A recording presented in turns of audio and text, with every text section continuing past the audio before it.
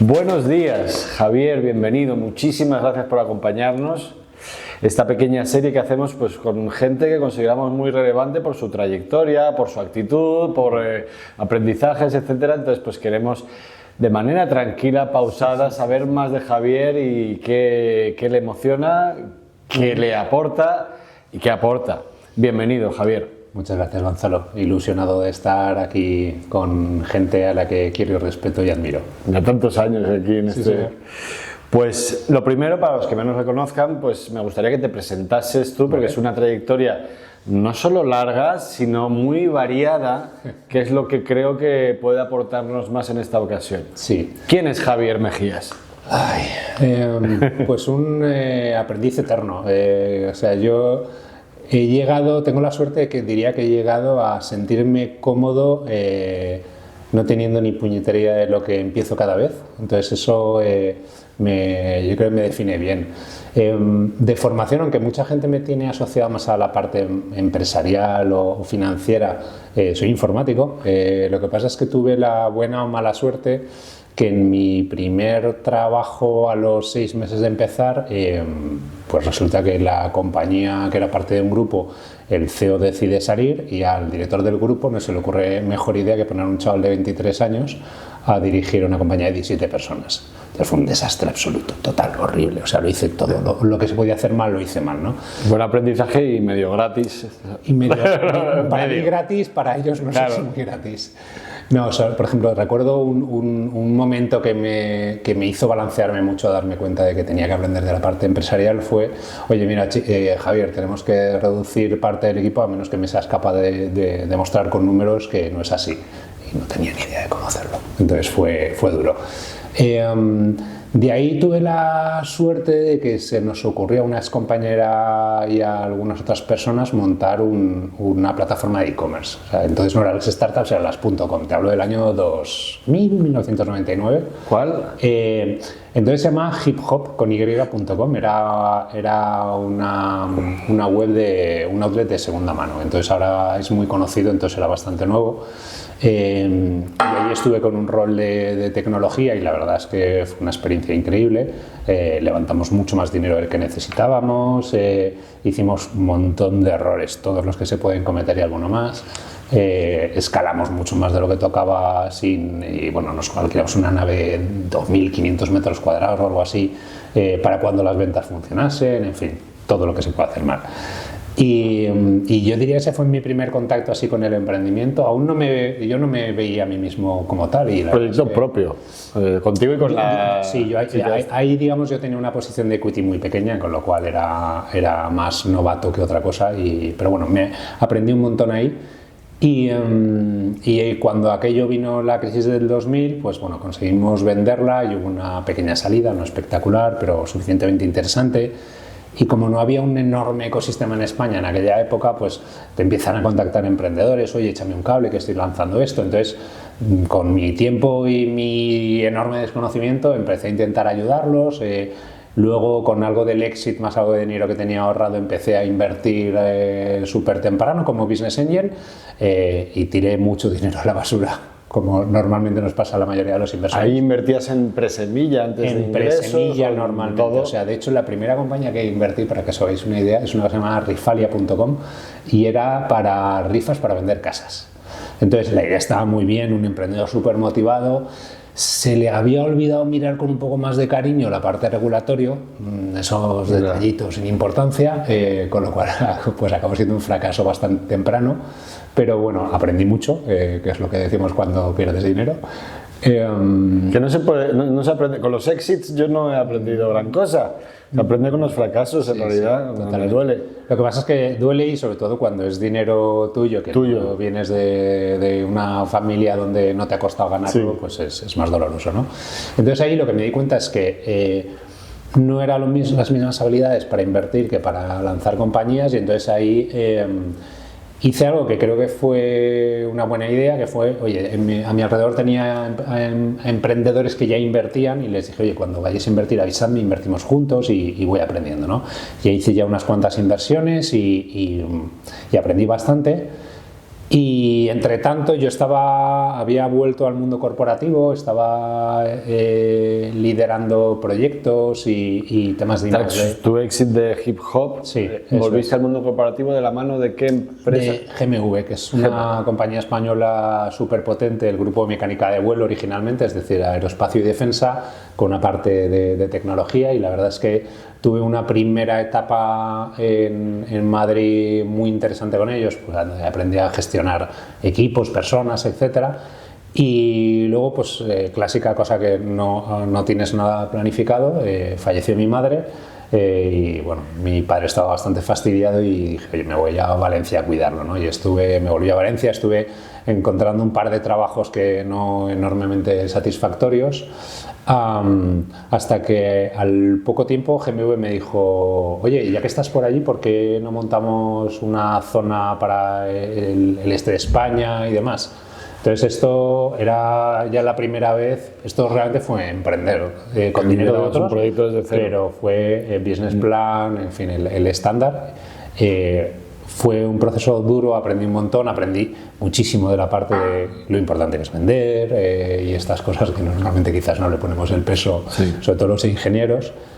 Y mientras tanto sigue invirtiendo, empecé a escribir un blog que salió sorprendentemente bien porque hacía todo lo que no había que hacer. Me acuerdo de ese blog. Posts pesados, mogollónicos.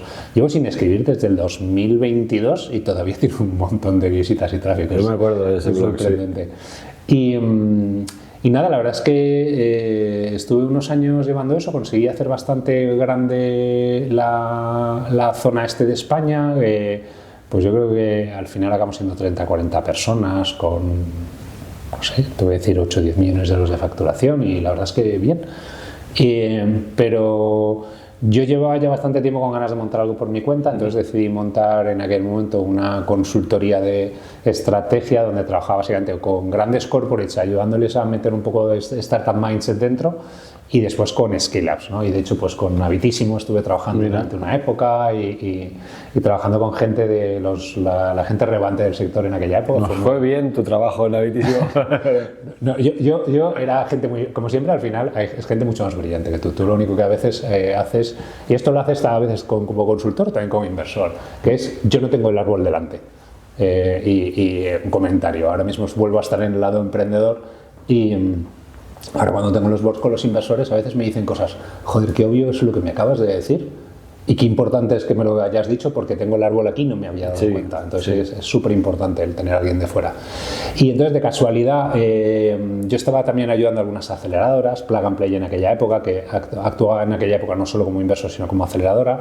Entonces un día vino Said Amiri, el fundador de Plug and Play, y me dijo, oye Javier, ¿y qué estás haciendo? ¿Qué problemas ves importantes en España? Y yo le dije, bueno, pues yo creo que necesitamos activar a los business angels, hay mucho capital, y es una cosa que Faraday hace muy bien, hay mucho capital que quiere invertir pero no sabe cómo, entonces había un modelo que a mí me gusta mucho que era AngelList, y había montado yo en su momento una cosa que se llama Spain Startup Map, que era un mapa de startups en aquel momento en España, y total que decidí lanzar un proyecto nuevo que era Startup Explore, al que luego se unió mi socio Nacho Ormeño como CTO, y la verdad es que fue muy bien, levantamos capital, pues yo creo de los principales business angels de España, varios fondos, Caviedes, que en aquella época era uno de los inversores más relevantes de España, y la verdad es que nos fue muy bien hasta que hubo un cambio de regulación. La regulación me ha perseguido siempre, que complicó enormemente el proceso, y bueno, pues tras unos meses de reflexión y que pues queríamos hacer cosas diferentes, Nacho quería enfocarlo de una forma, yo quería hacer algo mucho más internacional, decidimos salir. O sea, yo creo que habíamos hecho, me lo voy a inventar, pero aproximadamente 30-40 operaciones, estamos invirtiendo yo creo 1 o 2 millones de euros anuales, y donde invertimos nuestro propio dinero también. Sí, es un proyecto además, por recalcar un poquito, muy interesante y para mí de los que más ha ayudado a difundir entre posibles inversores pequeños, medianos, a la gente que necesitamos en el ecosistema, que es un activo válido, que se puede invertir, que se puede analizar, que se puede diversificar, que se puede entender, que no es para gurús. Y bueno, pues parte de lo que decías desde el principio con Plug and Play, ¿no? Ayudar a que business angel o inversores se transformen en inversores de este activo o business angel aún mejor. Esa era la idea. O sea, de hecho, nuestra visión diferente en aquella época, que ahora ya no es exactamente así, era igual que yo he aprendido invirtiendo de la mano de inversores con experiencia, yo lo que hice fue, oye, como tenía una red muy grande de inversores en España con los que coinvertía ya, decir, oye, cuando vayas a invertir, abre tu operación al equipo de Startup Explore y las analizamos, invertimos nuestro propio dinero y se lo abrimos a nuestra comunidad. Entonces eso fue bastante bien, la compañía sigue perfectamente viva. Y coinvertimos con ella de vez en cuando nosotros, así que sí.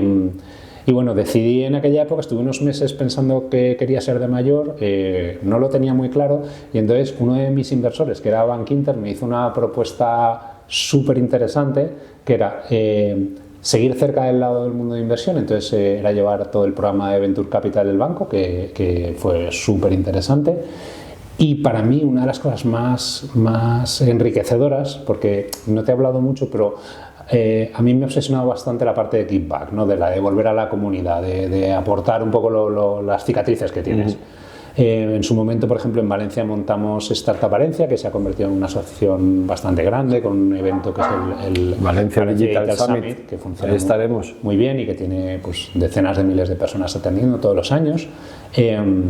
Pues bueno, la parte bonita que me ofrecía Bankinter era, además, dedicar una parte relevante de mi tiempo a la fundación.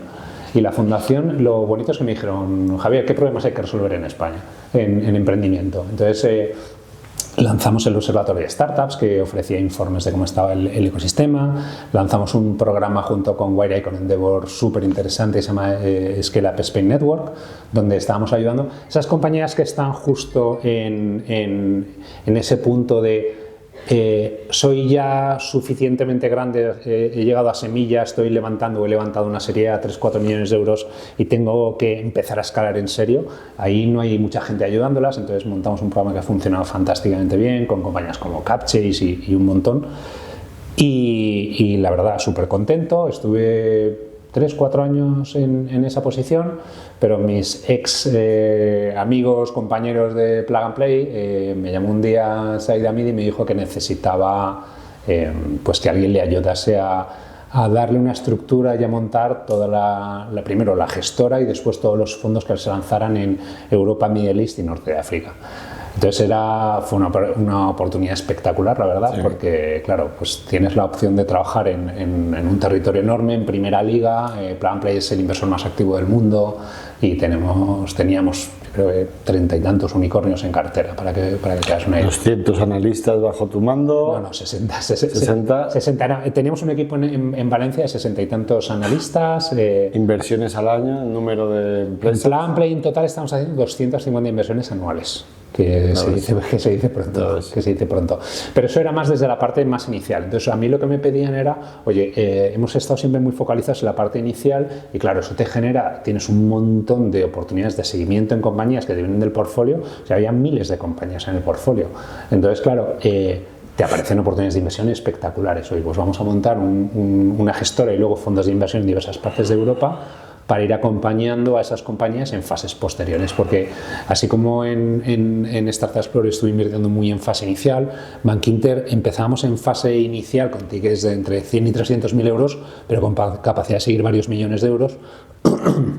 Aquí hablábamos ya de invertir desde 1 o 2 millones de euros hasta 5 o 6. Entonces ya era una fase un poquito más seria europea. Sí. Y la verdad es que fue una experiencia espectacular.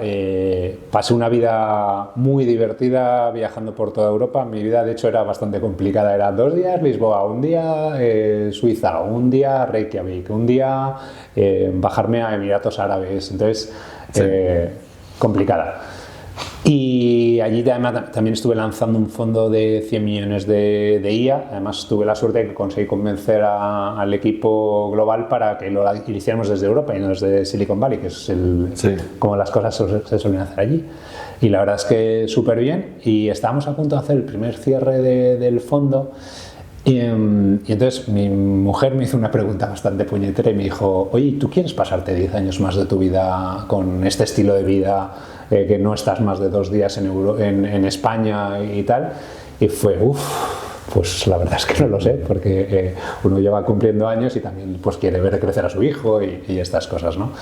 Entonces, eso inició una conversación internamente con Plug and Play, que la verdad es que fue súper interesante. Y en paralelo, una de las compañías en las que había invertido cuando estaba en Bank Inter, Frenetic, una compañía deep tech enfocada en hacer con modelos matemáticos e inteligencia artificial de la antigua, componentes magnéticos básicamente para fuentes de alimentación y demás, con clientes estilo Apple, NASA, etcétera. Pues el CEO, yo invertí cuando eran 3-4 y ahora pues eran 60 personas, y el CEO me dijo, oye, mira, yo me he ido a ir a Estados Unidos, necesito a alguien que lleve la compañía en Europa. Y me pareció un desafío súper chulo, volver al lado emprendedor otra vez, sí, en otro tamaño de compañía. Aquí ya pues trabajas, la última ronda que se había levantado eran $12 millones, con lo cual ya trabajas de otra forma, sí, y tienes otros desafíos. Y en esas estoy ahora mismo, con lo cual mi perfil, como puedes ver, es súper diverso, he ido dando saltos. La gente dice que soy un inconformista nato, pero yo creo que es que al final no se trata de que diga si me aburro o no me aburro, es que a mí lo que me gusta es seguir aprendiendo. Muy interesante, podríamos hablar de 1000 cosas aquí ahora mismo, obviamente de emprendedor, inversor, que es por donde vamos a enfocar, pero de inteligencia artificial, de las corporaciones, de muchas cosas, ¿no? Vamos a comenzar por ¿qué te mueve? O sea, entonces, es ese aprendizaje, ¿no? Pero ¿qué buscas? O sea, ¿qué decir? Aprendizaje te puedes leer un libro. Sí. ¿Vale? Sí. Entonces, una hostia gorda probablemente enseña mucho más, claro, que cualquier libro, pero tampoco es que la gente vaya, yo es que quiero hostias, claro. Sí, entonces, sí. ¿qué es lo que buscas? ¿Qué es lo que te pone realmente? Que te provoca emociones positivas, sí, ¿no? Sí, sí. A mí ahora con los años, porque claro, una de las cosas yo creo más complicadas que tenemos como personas es la introspección y el llegar a entender qué es lo que te mueve, porque aunque sobre el papel es algo muy fácil de saber, luego realmente cuando miras hacia atrás parece, además cuando yo ahora cuento toda esta historia parece que haya todo estado muy bien pensado, muy hilado, etcétera. La realidad es la contraria, la realidad es que en cada momento tienes una enorme incertidumbre y no tienes puñetera idea de qué quieres hacer. Yo te diría que a mí lo que me mueve es crear cosas, ¿vale? Crear y hacerlas crecer. Entonces, y ver que son útiles, ¿no? O sea, verlas crecer entendiendo... y que generan un impacto, sobre todo.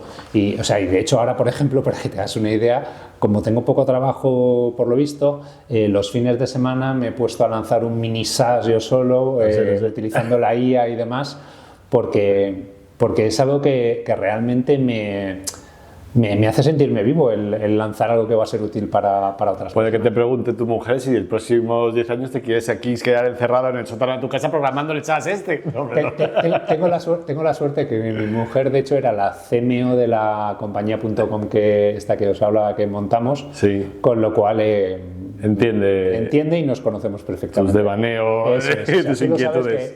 La clave, yo creo, de la felicidad es estar con alguien que te acepte como eres. Sí, no que sea igual, no, que te acepte como eres, sí, sí. Bueno, y conocerte tú a ti mismo, ¿no? Sí. Entonces, por eso también va de esto un poco estas entrevistas, ¿no? Estamos entrevistando a gente, cada 2 meses tal, pero que consideramos que es un enorme profesional, claramente éxito, tal y cual, pero que sigue con muchas ganas, con mucha inquietud, con la sonrisa en boca y, joder, sí. Es que no es solamente que haya tenido éxito profesional, es que es feliz, ¿no? Entonces, ¿cómo podemos compartir aquellos que se están planteando sus propios retos profesionales? Pues al fin y al cabo, esa actividad profesional de tu día a día y tal está muy relacionado con tu felicidad. Si no crees en lo que haces, ni cómo, ni en lo que aprendes y tal, difícil que... Y yo creo, fíjate, que aunque a veces desde fuera pueda parecer, es una persona exitosa, o sea, yo creo que muchas veces uno de los problemas que tenemos la mayoría de la gente que nos consideramos más emprendedores es que somos insatisfechos patológicos, casi diría, y entonces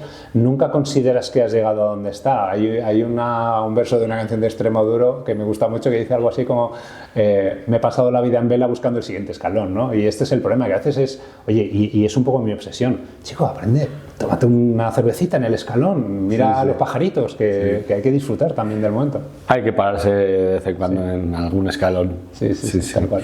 Vale, ¿dónde te encuentras más a gusto, emprendedor o inversor?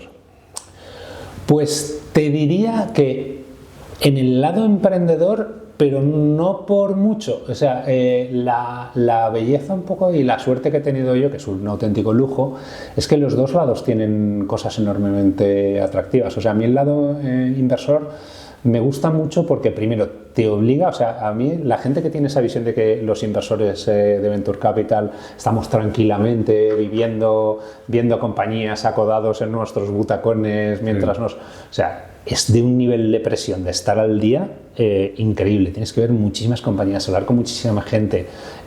Los procesos de analizar una compañía me parecen súper interesantes, no solamente porque se trata de meterte en la cabeza de un emprendedor y entender cómo lo ha hecho, qué es lo que quiere hacer, cómo son sus proyecciones, sino también tienes que hablar con un montón de gente de ese espacio, entender cómo funcionan las cosas, entender el mercado. Entonces, claro, para un insatisfecho crónico y un curioso patológico como yo, Importa mucho esa visión global, el poder perfecto. ver varias empresas por Eso día, ¿no? Es perfecto. Que no puedes y que tienes que tener mucho enfoque cuando estás al frente de un proyecto. Eso es. También depende mucho, y aquí hay muchos sabores de inversores. O sea, está el inversor llevado a un extremo que picotea muchísimo y que realmente no se mira mucho las compañías porque hace mucho volumen. Y está el inversor que hace muy pocas operaciones, muy concentradas y que se vuelcan mucho en ellas. Sí. O sea, yo creo que seguramente para mí el punto ideal está un poco en medio. Pero para mí, del lado inversor, eso me encantaba. ¿Qué no me encantaba? Lo lentos que son los loops de recibir feedback de lo que haces. Es decir, y esto es una discusión que yo tengo. Lo lento que son los lentos. Vale. Porque es una de las cosas que vemos muchas veces, y yo creo que estarás conmigo. Yo hoy veo una compañía, con lo que sabemos tomamos una decisión, invertir o no invertir en ella, les intentamos ayudar todo lo que podamos, pero hasta que tú sabes si esa decisión estuvo bien tomada o no, pueden tardar 3, 5, 7, 10 años. Entonces, eso a veces es un poco frustrante. También es verdad que depende mucho de cómo enfoques tu rol ahí. O sea, yo siempre, cuando trabajaba con los equipos de inversión, lo que les decía es, oye, que hayamos tomado una decisión, por ejemplo, de no invertir en una compañía y haya sido un éxito, no es necesariamente que hayamos hecho mal nuestro trabajo, ni lo contrario, que hayamos tomado una decisión de invertir en una compañía y haya habido un gran éxito, no quiere decir tampoco que hayamos hecho nuestro trabajo. Entonces yo hacía una especie como de post-mortems de, oye, vamos a mirar atrás, con la información que teníamos en ese momento, vamos a mirar los memos. Sí. He tomado la decisión correcta, porque puede que en ese momento lo más inteligente fuera pasar, no encajaba en nuestra tesis, no era el momento, etc. Entonces eso me frustraba. Del lado emprendedor que me apasiona primero el crear, que es estar en primera línea, la velocidad a la que suceden las cosas. Ahora estoy disfrutando como un enano porque llevo un año más o menos en Frenetic, un año y algo, y la verdad es que le hemos dado la vuelta a la compañía. Y eso no solo lo puedes hacer estando en el lado emprendedor. También por otro lado, pues a veces... esto es lo de ancho o profundo, ¿no? La base de la experiencia ante, o sea, el ser inversor es muy ancho y el ser emprendedor es muy profundo. Entonces, estar en ninguno de los dos lados para siempre, para mí, la belleza, y por eso lo iré haciendo, es ir cambiando. O sea, creo que ahora, por ejemplo, tras estar este tiempo otra vez en el lado emprendedor, mi conocimiento y mis capacidades como inversor se han disparado también, porque te vuelve a obligar a bajar al barro del día a día, a entender, oye, no, vamos a ver cómo está hecho el margen de contribución. No, a ver, el margen de contribución es muy importante, o las famosas unit economics, o cómo se calcula el coste de adquisición del cliente. Ahí hay muchas trampas. Vamos a sacar la mierda ahora un poquito. A ver, pero no la mierda gratuita, no se trata de eso, sino... Pues también hay un circo, todos sabemos, en este ecosistema, ¿no? Que algunos aprovechan, pero bueno, no el circo, sino no mierda gratuita, sino en el sentido, pues, ¿qué es lo que has visto en el mundo emprendedor y en el mundo inversor por separado, ¿no? Que es para ti tirarse un tiro en el pie, ¿no? A dispararse en el pie y dices, joder, esto lo he visto mucho y es una putada cuando... Solemos decir, coger demasiado dinero demasiado pronto, pues es una casi muerte asegurada. Sí. Y el inversor de no diversificar suficiente, no hacer suficientes deals, aunque no estés 100% convencido, porque nunca vas a estar 100% convencido. Bueno, esos son dos temas que yo veo, ¿no? ¿Qué es lo que ves tú como mierda recurrente que dirías, ojalá podáis zafaros de esto y no meteros en ese tipo de comportamientos, actitudes y tal, porque no van a ser buenos ni para vuestra compañía como fundadores, ni para vuestros inversores como inversor profesional, digamos, o para tus inversores como business angel. Yo creo que, o sea, desde el lado emprendedor, has dicho uno que me parece súper importante, y es el coger el dinero correcto en el momento correcto y a la valoración correcta.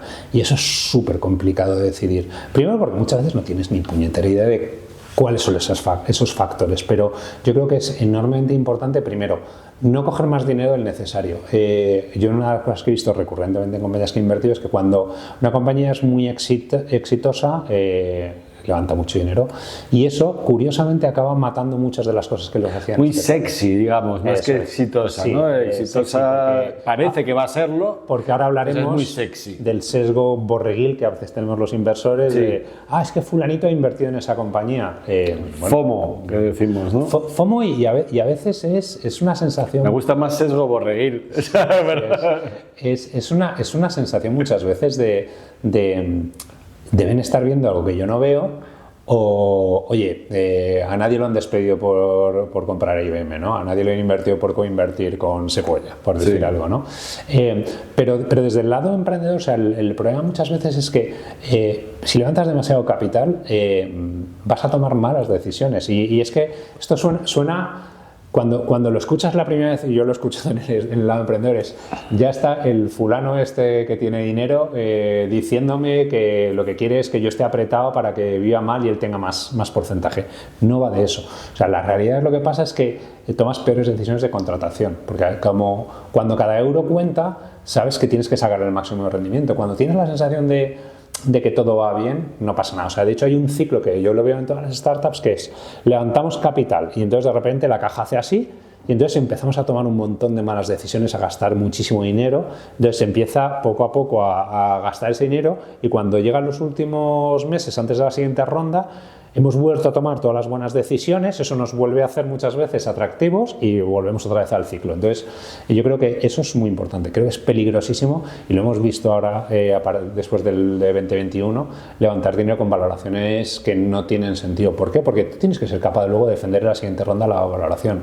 He visto muchas compañías, tanto de portfolio de VC como cosas que he invertido yo directamente, que fueron súper bien, fueron muy sexys, levantaron muchísimo dinero a valoraciones enormes, y luego nunca fueron ya capaces de levantar el dinero. Entonces, bueno, tienen una opción que es convertir la compañía en rentable, en que no pierda dinero, pero normalmente eso no es un fracaso para mí para nada. O sea, quiero decir, ojalá tuviéramos más pymes rentables en España, nos vendría de fábula, pero está muy lejos del juego que yo quería hacer como VC, y seguramente también a lo que quería jugar en emprendedores. Si lo que quería era montar una pyme, fantástico, pero entonces se había metido en un lío muchísimo más complicado del que debería haberse metido, ¿no? Y después creo que también es muy habitual en el lado emprendedor no enfrentarte a las cosas duras. Esto muchas veces pasa cuando tienes fundadores que o están muy en una pequeña burbuja donde todos tienen un perfil similar o algo así, o donde es un fundador solo, etc. Hay una cosa que los emprendedores nos cuesta admitir normalmente en privado, en público, pero es que no tenemos ni puñetera idea de lo que vamos a hacer. Y es normal que no tengamos ni puñetera idea, porque, oye, genial, he llevado esta compañía de semilla a seria. Lo que viene después no tengo ni idea, y además se supone que todo el mundo espera que yo sepa lo que tengo que hacer, y tienes un síndrome de impostor espectacular porque no tienes ni puñetera idea. Tienes sensación, lees un montón, etcétera, pero incluso aunque leas lo que se hace en una compañía en serie, cada compañía es diferente, entonces es súper difícil. Entonces la belleza está de decir, no tengo ni idea, voy a buscarme un grupo o sea, yo en su momento, cuando estaba en el lado de emprendedor lo hacía, ¿no? Nos llamamos los CEOs anónimos, ¿no?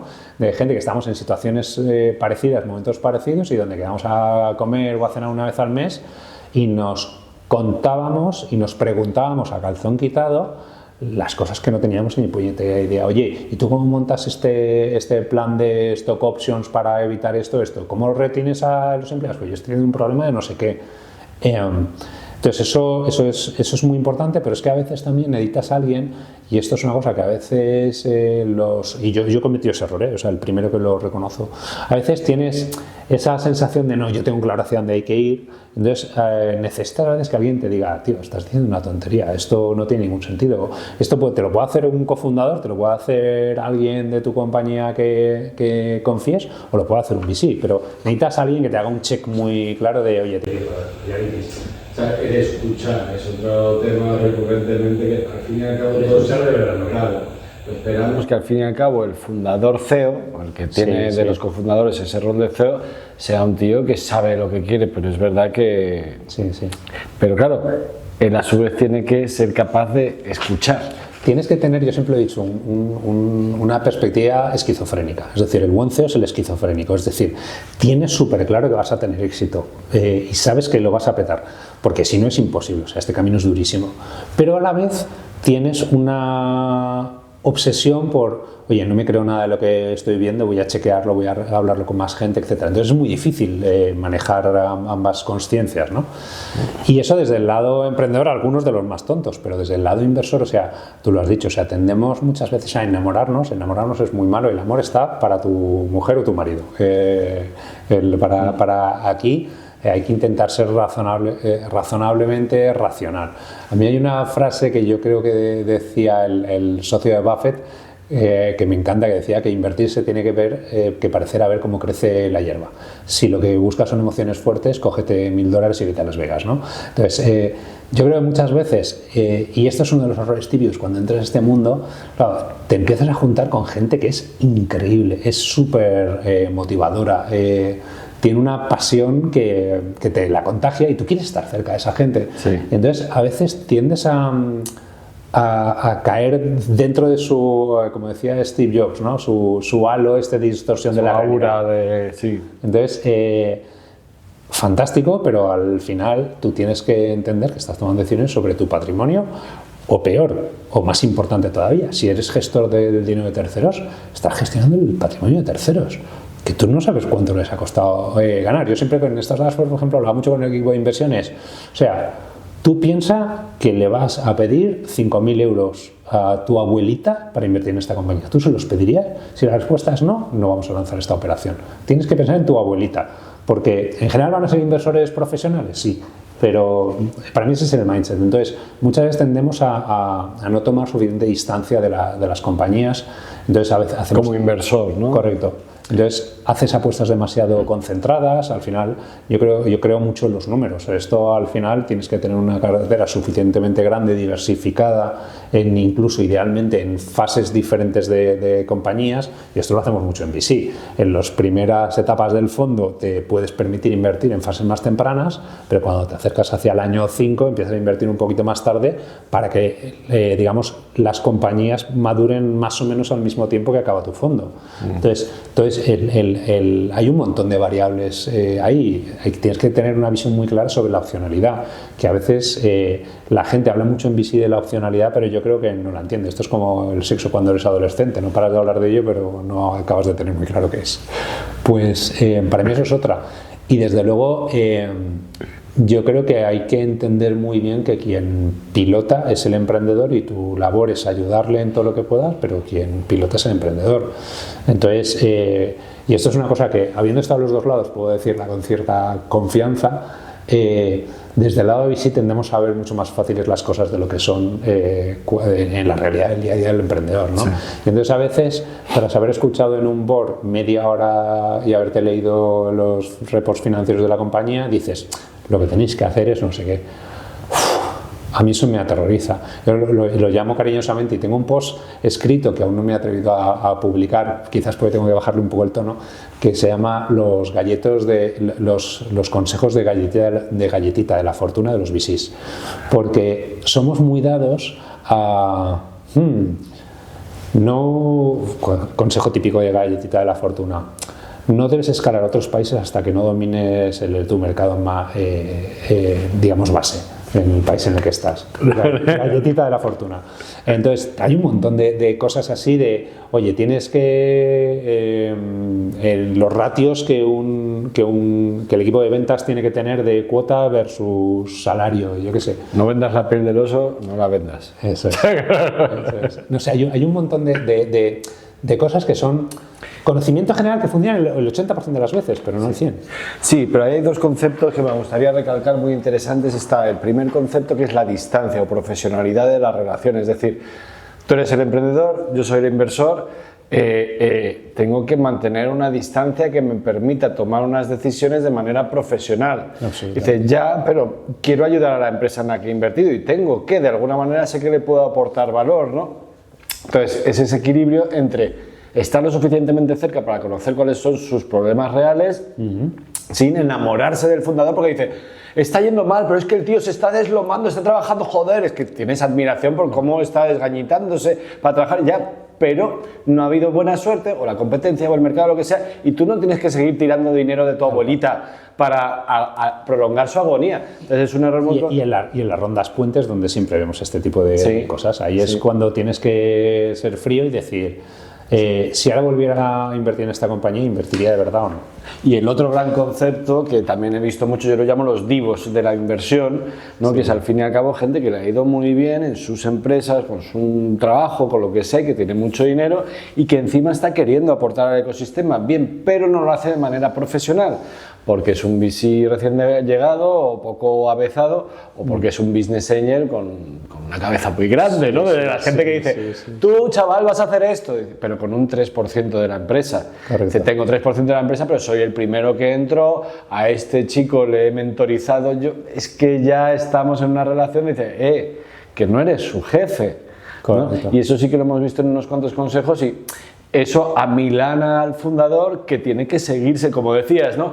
Tiene que sentirse que lo va a petar. Muchos no lo van a hacer, pero si ni siquiera lo sientes, y si tienes un tío que tiene 50.000 veces más de patrimonio que tú, que lo ha petado en tu industria, que te está diciendo tú vete por ahí, tú vete por allá, es tan fácil decir, bueno, prefiero equivocarme con sus consejos que no siguiéndolos y estás jodiendo a la compañía en la que has invertido, como digo. Yo soy el primero que, no voy a decir la compañía, pero ha habido algún consejo que he seguido de esos de, hostia, si me lo ha dicho fulanito es que tiene que ser verdad. Y dices, es que fue el peor error estratégico que hicimos, fue hacer eso.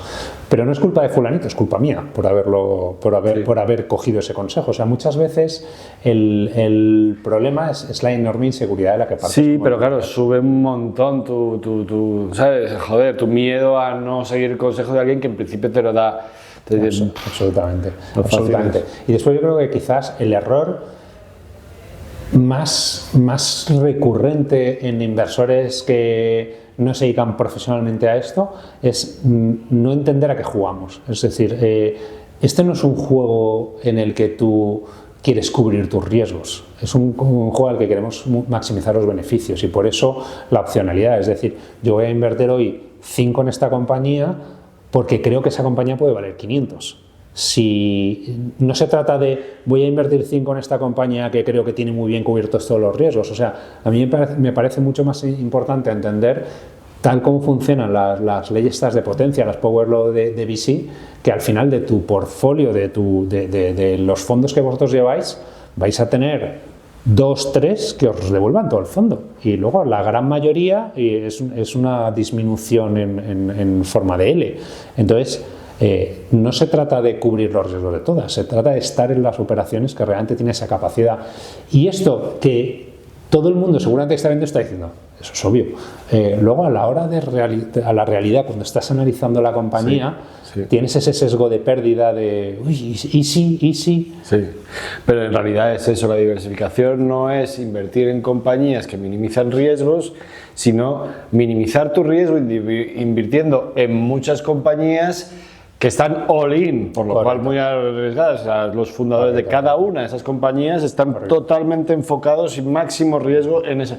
A ver, aspiras a creer que ellos van controlando, pues hombre, que no van a quebrar en caja entre 6 meses, sus propios riesgos intrínsecos, pero all in. Sí, totalmente. Y tú pues vas poniendo fichitas, de hecho lo recalcabas, ¿no? Que son muy distintos las habilidades necesarias para ser un gran emprendedor de ser un gran inversor.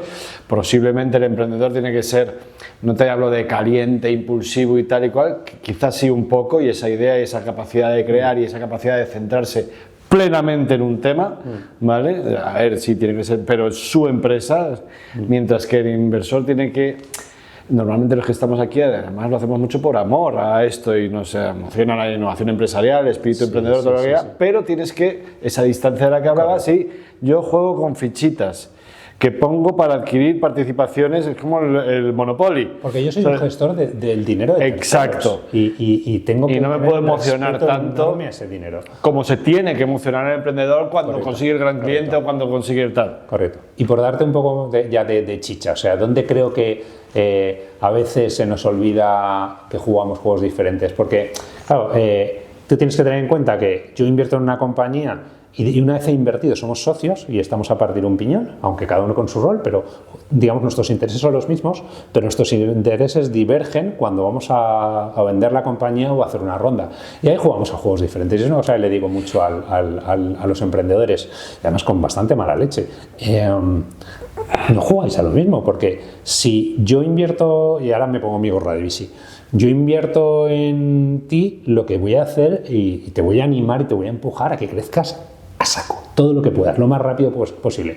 Yo obviamente voy a intentar ser un buen inversor y no voy a empujarlo a tomar riesgos que no tienen sentido, pero aún así, yo estoy diversificado. Yo quiero que tú te conviertas en una compañía de 50x.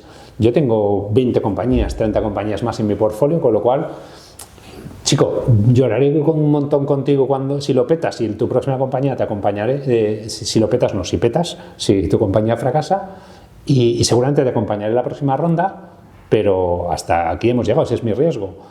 Tu diversificación como emprendedor es una mierda, es una compañía. Entonces, ahí es cuando es muy importante que los emprendedores entiendan, porque a veces cuando nos escuchan o escuchan a los VCs, como puedes ver, yo tengo mi propia esquizofrenia, cuando escuchan al VC muchas veces no entienden que estamos jugando a juegos diferentes. Yo tengo 20 y tantas apuestas más, tú solo tienes una. Entonces, y aquí una de las cosas que hemos visto mucho estos últimos 2 años, el resultado de, oye, mi compañía, pues chico, no hemos conseguido venderla, no ha conseguido ser un gran éxito, tengo empleadas a 50 personas, estoy en números negros y me estoy metiendo 500.000 euros de margen todos los años en el bolsillo, pues chico, ni tan mal, ¿sabes? Es un fracaso para el VC y el VC no va a querer jugar a eso, pero es que tú tienes que pensar en ti, en tu familia también. Entonces ahí es cuando jugamos a juegos diferentes, y por eso yo intento que siempre que seamos muy claros estamos jugando a cosas diferentes. Sí, sí. El VC juega eso sin pretenderlo, también hace parte del juego, algunas se van a convertir en eso,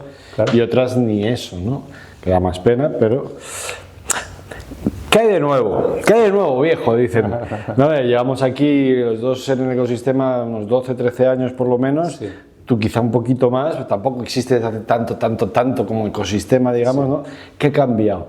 ¿A mejor y qué ha cambiado a peor? Desde 2000, yo diría 11, 12, esto que se comenzó a conocer tras la gran crisis financiera, donde hubo pues una masa crítica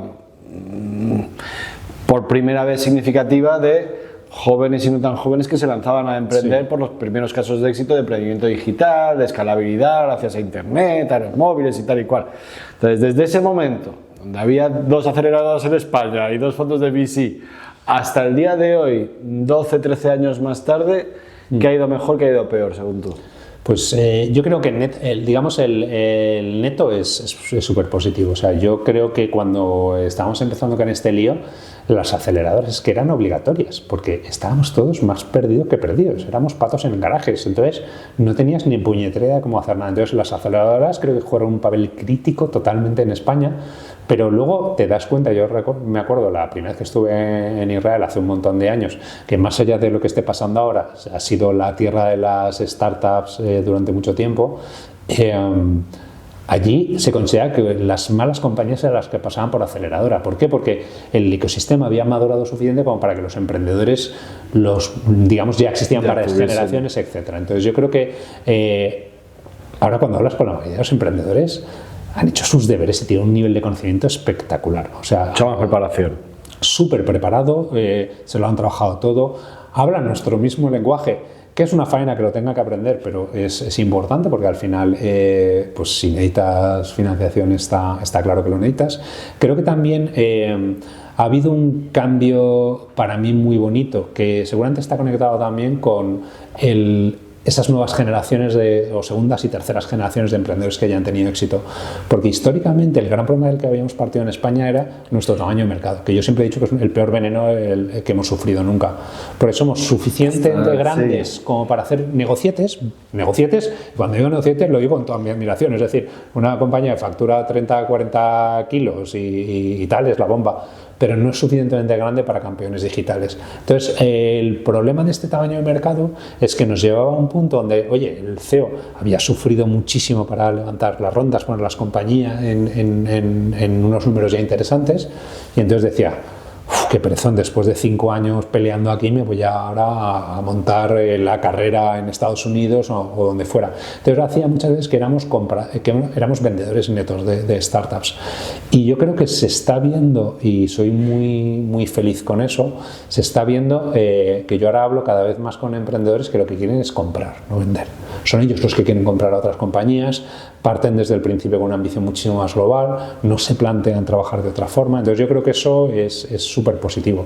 Y por último, creo que viene una época que va a ser a la vez muy bonita y muy dura, impulsada por la IA. Es decir, la IA ha bajado, es igual que tuvimos nuestra explosión cámbrica. Los que somos viejunos como yo la compañía esta que montamos en el 2000, me acuerdo, tener que comprar todos los servidores y nos gastamos una millonada, tener que poner líneas frame relay hasta el CPD operativa o sea, el coste era brutal. Luego de repente llega la época de internet y el coste de montar una compañía baja enormemente, pero aún así una compañía mínima van a ser 20-30 personas. En la época que estamos ahora, una compañía mínima pueden ser 5 personas, con la IA y etcétera, porque es que tu productividad se ha disparado. Entonces, eso a la vez sí es maravilloso porque hace que cualquiera pueda montar una compañía, y es un infierno porque cualquiera puede montar una compañía. Entonces, muchísima más competencia, para el inversor mucho más difícil tomar buenas decisiones, tienes que tener muchísimo más criterio. Una de las cosas que os contaba del fondo de IA, de lo que nos dimos cuenta es que el análisis de verdad de las compañías requiere un nivel de profundidad muchísimo más técnico del que hacíamos antes, si inviertes en fases más tempranas. Entonces, viene una época, yo creo que es apasionante, y donde pues hasta un tonto como yo se puede dedicar los fines de semana a lanzar un micro SaaS, y por otro lado, viene una época donde va a ser súper difícil diferenciarte. También es verdad, creo que viene a mí quizás de lo que más me excita ahora es la automatización de los servicios. Es decir, yo creo que hay una enorme cantidad de negocios puros de servicios que históricamente habían sido muy intensivos en mano de obra y en horas hombre, desde la consultoría, las finanzas, derecho, etcétera, donde la tecnología va a hacer cosas absolutamente increíbles. Entonces yo estoy muy ilusionado de lo que vamos a ver ahí. Sí, estamos invirtiendo también en eso. Pero bueno, intentamos ser contrarias para tampoco... Vale. Y ahora ya por un tema más de actitud, ¿no? O sea, ¿qué valores, principios de engagement, ¿no? De principios o actitudes consideras clave para tener éxito? Claro, como emprendedor, y aquí vamos a ver, como inversor, como persona. Pues me cuesta mucho responderte a esto, básicamente porque creo que, primero, yo no soy un ejemplo para nada. O sea, yo creo que soy el mejor ejemplo para mí mismo, es decir, con lo que yo tenía y con lo que venía de serie, que lo he intentado hacer lo mejor posible, pero yo creo que desde luego hay que tener, lo primero, una enorme humildad. Humildad, capacidad de escucha, lo hemos detectado antes en uno de tus criterios clave para los emprendedores. Sí. Y la humildad es muy difícil en los dos lados, porque... a veces en el lado VC tendemos a comportarnos como, yo le llamo el síndrome del chofer del presidente, ¿no? Que, oye, estás gestionando un fondo de 100 kilos y entonces, oye, te crees que eres el de los 100 kilos. Pero, y no lo eres. Pero la realidad es que tú eres el chofer. Estás tomando seguramente las mejores decisiones, pero hay que tener un nivel de humildad, yo creo, muy, muy sensato ahí. Y del lado de emprendedor también cuesta mucho separar esa visión tan clara, porque tú como emprendedor, y yo creo que es una de las mejores características de los emprendedores, es que viven en el futuro. Es decir, el emprendedor, yo creo, pata negra es ese que está siempre frustrado porque su cabeza vive 5 años en el futuro. Visión. Y todo tarda mucho en suceder, ¿no? Y entonces es que, jolín, yo el producto ya lo tengo claro en mi cabeza. Y entonces eso es fantástico, pero tienes que tenerlo, para mí, contrastarlo con otra de las capacidades importantes, que es el escepticismo o la necesidad de chequear todo contra el mercado. Espíritu crítico. Sí, porque... visión combinada con espíritu crítico, importante para ambos. Correcto, para ambos. Porque lo del espíritu crítico creo que incluso es, desde luego para el emprendedor es muy importante, pero para el VC es enormemente importante porque, o sea, tú lo has dicho, somos contrarian. Mucha gente dice que es contrarian y muy poca gente es de verdad contrarian, porque para ser contrarian tienes que tomar decisiones que dan terror y normalmente además tienes que tomar decisiones no con suficientes datos, ¿no? Entonces... a veces se trata de invertir en lo que tú crees, a pesar de que el resto piense que es una tontería, de lo que tú crees que es algo espectacular y que tiene un panorama enorme por delante. Sí. Y después yo creo que la curiosidad y el aprendizaje son impepinables, da igual en qué lado de ellos estés. O sea, yo es que creo que si dedicas menos de, me lo voy a inventar, pero 5 o 7 horas a la semana a aprender o sea, yo leo siempre en paralelo 3 libros. Yo leo un libro de novela para desconectar, aprender, etcétera. Luego leo un libro, llámalo Humanidades, que puede ser desde psicología hasta historia, cosas del dinero, etcétera. Filosofía leo bastante, los estoicos soy muy fan, desgraciadamente, como cada vez más gente. Y después leo un libro de ciencia y hay cosas maravillosas como, yo qué sé, El futuro de la humanidad de Michio Kaku, que son muy fáciles de leer, y otras que son unos tostones que alucinas, pero que te ayudan mucho a entender ese espacio, porque claro, lo que decíamos, como VC tienes que tener una visión tan enormemente multidisciplinar y amplia que a veces es duro si no haces un esfuerzo. Y desde luego todo esto, sumarlo con seguir a una de las bellezas de cosas como Twitter y LinkedIn, es que puedes seguir a gente interesante y leer sus reflexiones, que eso yo creo que nos falta. Y por último te diría, y un poco conectado con este espíritu crítico, es tener tu propio punto de vista, porque es muy fácil en todo este caos y además en esta situación que vimos casi de adoración de los gurús, que es una cosa que... Evitar el sesgo reír del que hablabas antes. Oye, tú tienes que... esto es puntos de datos, entonces todos estos puntos de datos son maravillosos, pero tienen que ayudar a construirte tu propio punto de vista, y eso implica también, por ejemplo, salirte de la caja de resonancia, que esto es muy habitual. Estás leyendo, y esto nos pasa a todos, sigues a los medios que están más o menos afín a tu tendencia, sigues a un grupo de gente que piensa más o menos como tú. Entonces, primero tienes esa visión completamente estúpida, que todo el mundo piensa como tú, porque todo lo que tú lees sigue eso, sí. Y después tienes una visión completamente pobre de otro punto de vista. A mí me genera casi una respuesta física, una disonancia cognitiva enorme cada vez que leo cosas que van justo en contra de cómo yo pienso. Pero después de haber leído esas cosas, te hace cuestionarte muchas verdades que tú consideras verdades. Entonces, eso es necesario y duro a la vez. Muy interesante, la caja de resonancia en particular. Sí. Por último, no te quería pedir un consejo, ya te he pedido muchos consejos y tal. Tú, ¿cómo te gustaría a ti que el día que no estés en este ecosistema, no te estoy matando ya ni para nada, quédate por favor con nosotros muchísimo tiempo y tal, pero tú tu unicity, ¿no? Sí. A Javier Mejías, ¿qué es lo que le gustaría que dijese el hombre? Javier es que era un tío curiosísimo, un tío que siempre ayudaba, un tío que, como tu aportación a este ecosistema, por ambos lados además, ¿cómo te gustaría que se recordase tu estilo, tu aportación, tu huella? Pues es difícil, o sea, Una de las cosas que a mí por lo menos me llamó mucho la atención claro, he sido una persona muy inquieta, entonces he saltado en muchos sitios. Una de las cosas que curiosamente mencionan mucho y que me toca las narices, que sea raro que lo mencionen como tal, es que es buen tío. Y dices, es que esto no debería ser algo raro, todos deberíamos intentar, oye, ayudar en la medida de lo que puedas a los demás y sobre todo no intentar tener el número menor de cadáveres en el armario. No lo sé, o sea, yo sinceramente soy muy humilde y ahora mismo la sensación que tengo es que yo no voy a dejar ninguna huella aquí. O sea, la única huella realmente por la que vale la pena pelear y que creo que he hecho un buen trabajo, veremos qué dice el futuro, es mi hijo. O sea, yo creo que al final la educación quizás es la única palanca de verdad para cambiar el mundo a largo plazo, ¿no? Entonces, yo me he podido responsabilizar de la educación de un ser humano chiquitín que espero que acabe generando un impacto en el mundo y ese es creo que el único impacto real que voy a dejar en este mundo. El resto, dentro de cuando muera a los 6 meses, sí, ¿qué era? ¿Este era tuitero? ¿Este qué era? Ya te digo yo que muchísimo más, en realidad.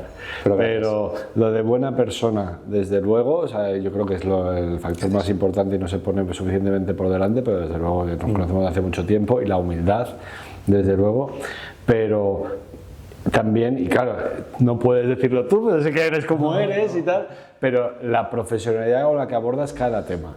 Es decir, muchas veces te pregunto y tal, y dice, oye, temas de incentivos de empleados, joder, le ha dado 27 vueltas, se ha leído 12 libros sobre el tema en particular.